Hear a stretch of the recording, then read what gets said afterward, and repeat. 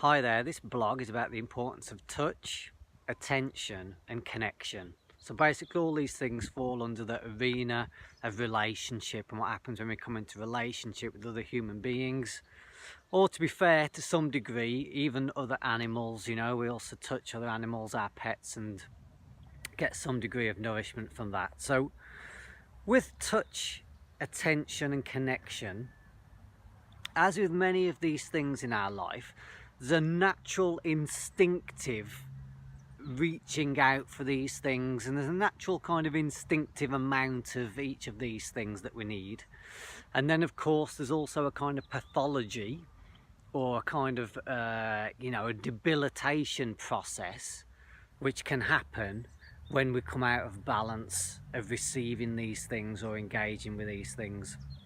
So if we start with touch, so I want you to think for a moment of when you were a young child, or even just think about a young child if you feel a bit disconnected from that, and just think how many times in a day the young child feels some kind of distress, and throws a kind of an emotive kind of tantrum, if you like. Or tantrum, it's a slightly dodgy word because it's just some kind of expression of discomfort, so the child feels uncomfortable for some reason.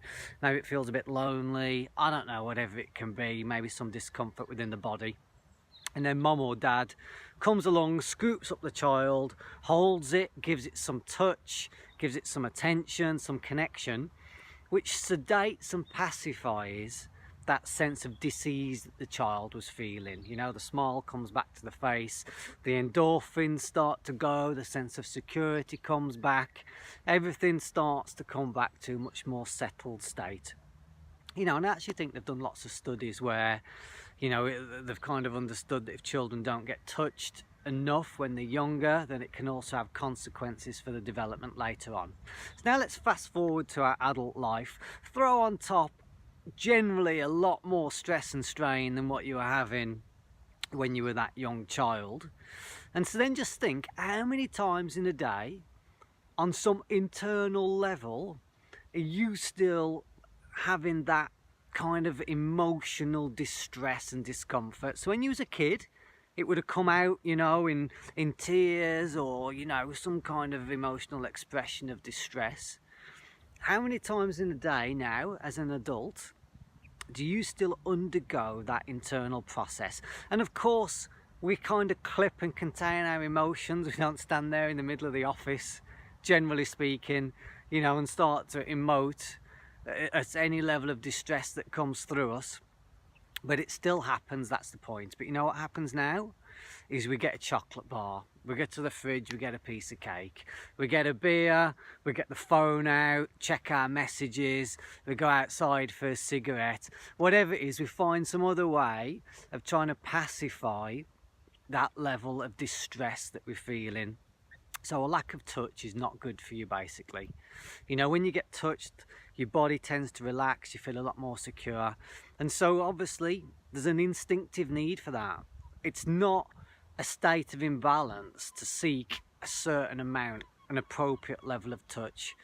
And also I think when we don't get it, we actually become a little bit hardened and we start to tell ourselves that we don't actually need the touch. So we tend to create this very defensive dialogue, which we've had to create in ourselves because we're not getting what we need from the outside. So you don't get touch, which hurts. And so we create this defensive dialogue, our heart shuts down and we don't think we need it. But believe me, a certain amount of touch is very healthy for the body. And obviously an extreme pathology, an extreme imbalance of when we're not getting that touch, is we go out and seek it in really imbalanced and sometimes inappropriate ways. So I notice when I get a little bit of touch drip fed into my life, it kind of, it's okay, I then don't feel like I need to go out and seek it in one big massive interaction with someone. So I think what can happen sometimes in society when people don't get touched enough is it kind of creates this pressure cooker. Maybe they go all week without getting any kind of nourishment through touch. Friday or Saturday night the beers come in or whatever might happen, and then there's this massive kind of outpouring, and what can sometimes be extremely engaged maybe even sexual situations with people, where we're trying to make up for that general lack of touch with one big event of touch to kind of soothe us in some way. Okay, so that's touch. Second thing we're going to look at is attention. So what we don't often realise is that attention in itself has got power. Might sound a bit strange. So just think what happens when someone looks at you. They're not touching you, they're not engaging you in any other way apart from putting their attention on you. You feel it, tangibly you feel something. Amplify it a little bit. Think about you sitting at a table or you walk into a room and everyone puts their attention on you. So again, you feel it. Think about standing in the supermarket queue and all of a sudden you find yourself turning round because again someone's got their attention on you. So attention itself, the focus of your consciousness, has actually got power. It actually engages and it nourishes on a very subtle level. So when we give someone our attention, it actually does something for them. You know, it's the kind of yang equivalent of the yin. So yin would be the physical touch, the yang equivalent of that would be when we touch people with our attention. And so we also need attention. And so obviously in an appropriate sense, you know, we don't become attention seeking because we get enough attention from people.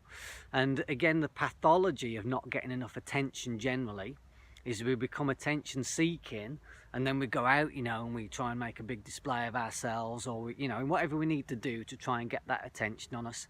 Now, something you can try when you start to feel a little bit attention, like an attention deficit if you like, is try putting your attention on yourself. So when I teach yoga, one of the first exercises we do is where we scan our attention through our own body, because again we spend a lot of our time with our attention just out in the world around us. You know, we're giving it out in all kinds of directions, but as we've established, attention itself has got power.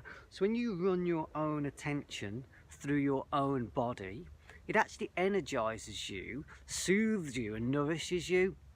And I often used to notice this when I used to sometimes have a gap of a few days without having a yoga class or teaching a yoga class, that I would often go out, you know, and I'd find myself trying to pick up more things from my environment, you know, so whether it was attention from people or again food to try and make up for that energy imbalance, that deficiency, you know, and then by doing the yoga class, running my attention through my body for a little while, it would just make me feel just much more naturally settled and soothed and much just more secure, more substantiated in my own being, because it increases your vibration. The interaction of you putting your consciousness through your body has got a nourishing effect. So yeah, you just tend to feel more energized and less like you're seeking it from outside.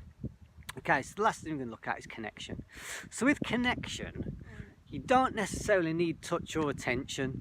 It's just what happens when you come into proximity with another person or other people. So in your energy field, because you radiate an energy field around your body, so when that comes into proximity with other people, it creates a reaction.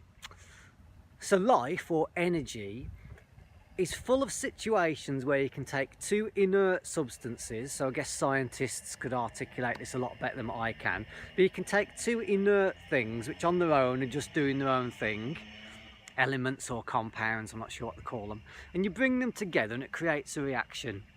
Well, it's the same with us. You know, you could just be cruising around doing your thing, but when your energy field, your energy body comes into contact or near to someone else's, it creates a little reaction that can energize us. Also, sometimes it can deplete us. There's actually a whole spectrum of different actions and reactions that can happen in your energy body when it comes into proximity with someone else's. So sometimes, you know, if you're going to break it down into detail, every energy center on your body can create, you know, an effect in another person's energy center. Sometimes it's harmonious, sometimes it's energizing, and sometimes it's depleting. So an example of that would be that sometimes you get around people, it might stimulate your throat chakra, so you just feel like talking. You know, sometimes you get around people, they've just got a nice feel to them, so you feel it in your own body, that it feels like it opens your heart. So imagine being at maybe some kind of big event with a lot of other people with a heartfelt quality. Again, you don't necessarily have to be putting your attention on these other people, you don't necessarily have to be touching these other people, but yet it affects you. So that connection that we get with people can also really nourish us. Think about being at a massive sports event or a big concert with thousands and thousands of other people. So you've got lots of people in very close proximity to you. Your energy field gets very much stimulated and affected by being in connection with other people. So again, a natural balance is that we go out and we're getting the connection we need. Again, it doesn't necessarily have to be the touch, doesn't have to necessarily involve the attention, but you're just getting the connection. And again, when we're not getting that, you know, we might start to feel depleted, fatigued. So I often treat people, you know, I might slumber into a bit of a depression, you know, for whatever reason that might have come about. But a consequence of that is we often cut ourselves off from people and maybe start to think or say that we don't feel like we can go be around those people anymore because we haven't got enough energy. But it's a bit of a chicken and an egg thing, a bit of a vicious circle, because it's actually putting you into connection with people where you get that stimulation through your energy body, which can actually start to energize you. So think of yourself, your whole being, as a cell, and when you put yourself near or around other people, it's a bit like your cell is coming into contact with these other cells, you know, and it just starts to energize you and make you feel better. So when you fall down in a bit of a rut, sometimes even if you don't really feel like it, putting yourself in a situation where you get connection with other people can be tremendously energizing. As a brief aside to that, sometimes putting yourself or your being into other situations which also act on your energy field, like connection with nature. We often talk about what happens with our connection with nature. That can also really clean and cleanse and energize us, as can actually being in amongst loud music, because all these things involve vibration hitting your body. I often notice when I feel a bit depleted in myself, if I go out, listen to some loud music, and you've actually got this vibration of energy hitting my body, that it can actually really energize me. So again, if you've fallen down sometimes, you feel like you've got no energy, sometimes you have to just try and break through a little bit, put yourself in a situation where you're around other people, something natural, maybe music, whatever, something that hits your energy body. It just starts to jumble up your cells a little bit, starts to make you feel stronger, starts to make you feel more energized. Thanks a lot. Bye bye.